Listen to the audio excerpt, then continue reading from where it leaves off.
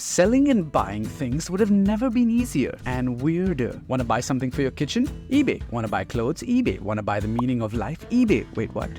So how weird is eBay?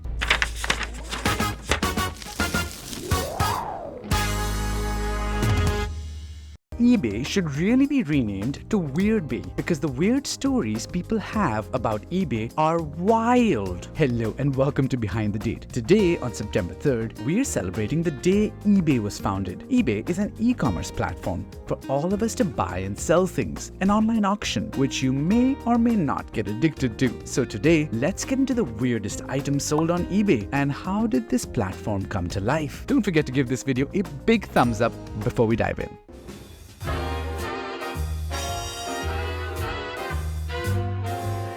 Almost 30 years old today, eBay has built a reputation for being the most wonderful e-com platform. Wonderful? How? Well, because eBay has everything you need and everything you'll never ever need. Let's get into the weird list. First, we have a ghost in a jar. The account TJ101 was selling a ghost in a jar on eBay. Why? Because the ghost was terrorizing the owner. I have no clue why or even how someone would trap a ghost in a jar and then decide that eBay was the best place for it. But TJ101 also went the extra mile and wrote in his product description that he would not be responsible if the black thing escaped the jar. After all this, the jar actually fetched a $55,000 bid, but when it came to the actual sale, no one paid for the item.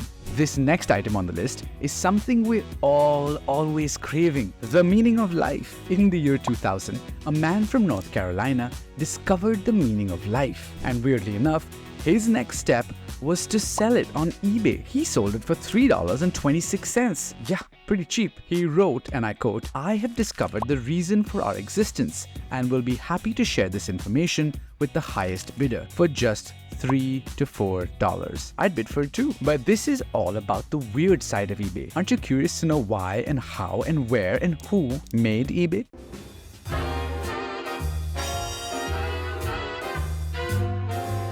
In the mid-90s, a young man, Pierre Omidyar, had a wild idea. He wanted to create a platform online for people to sell things to each other, like a giant online garage sale. So he set up a website called Auction Web. Auction Web wasn't an instant hit. This was when the internet was just touching people's lives. People were cautious. They weren't sure if they could just trust these strange new ways of buying stuff. But Omidyar didn't give up. He thought that if the safety aspect was taken care of and some fun elements were introduced, people would flood in. And boy, did they flood. Slowly but surely, people started showing up with their digital treasures. Collectors sold comic books, grandmas, antique teapots, and real estate agents sold homes. In September 1997, the company officially changed its name to eBay. And eBay wasn't just a random name. It was named after Omidyar's consulting firm, Echo Bay Technology. Actually, the story goes that the domain name echobay.com was already taken, so Omidyar had to settle with ebay.com.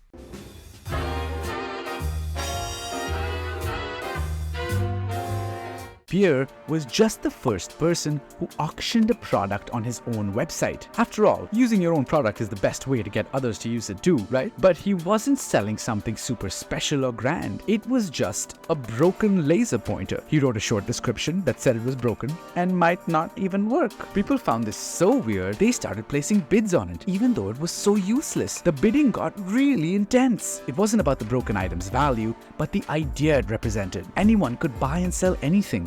Anyone can participate and make eBay their own. So from a ghost in a jar to the meaning of life, to even Britney Spears' bubblegum, eBay has really seen it all. It has all the weird stuff, but it also has the fun stuff. You can get really good deals or just a good laugh. I'll admit that scrolling and finding these bizarre things is just one of my guilty pleasures. Speaking of the e-world, we've come a long way from the internet being accessible only to a few to now where the internet is such a necessity. And of course, my curious mind wonders to how the internet was even born. If you're curious about this too, this next video is going to answer all your questions. Make sure to check it out right after you subscribe to Behind the Date to stay tuned for more captivating stories, mind-boggling facts, and insane adventures. Let's quench your curiosity and make every day exciting and extraordinary. I'll see you back when the internet was created.